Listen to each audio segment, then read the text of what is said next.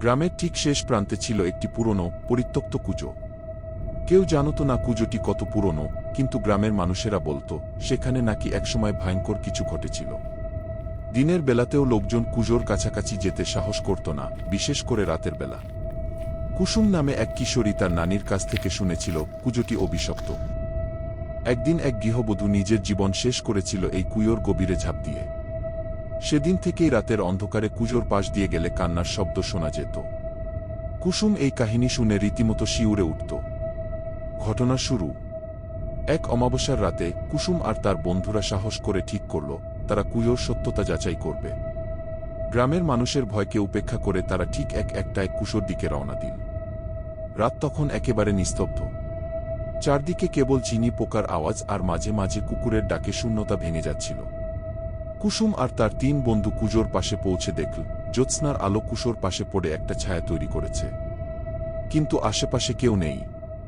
তখন হঠাৎ কুজোর ভেতর থেকে এক অদ্ভুত ঠান্ডা বাতাস তাদের গায়ে লাগল।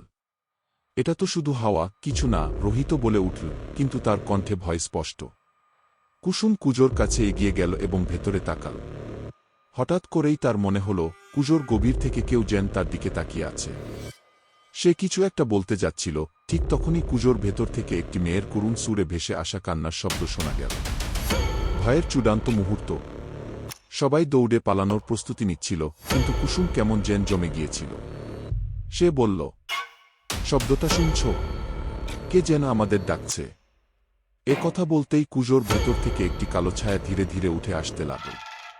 ছায়াটির কোনো শরীর ছিল না, কিন্তু তার লম্বা চুল আর গভীর লালচে চোখ দেখে সবাই আতঙ্কে চিৎকার করে উঠল। আমার কষ্ট, আমাকে মুক্তি দাও, ওই ছায়াটি করুণ স্বরে বলল।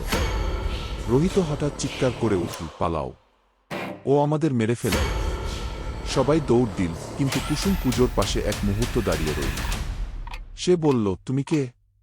কি চাও? কালো ছায়াটি কুজোর কাছে ফিরে যেতে যেতে ফিসফিসিয়ে বলল, সেই মেয়েটি। আমাকে উদ্ধার করো, আমি আটকে আছি। শেষের কথা। পরের দিন সকালে কুসুম গ্রামের বড়দের কাছে বিষয়টি জানান। গ্রামবাসীরা কুজোর গভীরে কিছু খুঁজতে গিয়ে দেখল সেখানে এক নারীর কঙ্কাল পড়ে আছে। তারা সেই কঙ্কাল উদ্ধার করে সঠিকভাবে সৎকার করল। এরপর থেকে কুজোর কান্নার শব্দ আর কখনো শোনা যায়নি। তবে কুসুম এখনো মাঝে মধ্যে ভাবে সেই কালো ছায়াটি কি সত্যি মুক্তি পেয়েছে নাকি অন্য কোথাও অপেক্ষা করছে।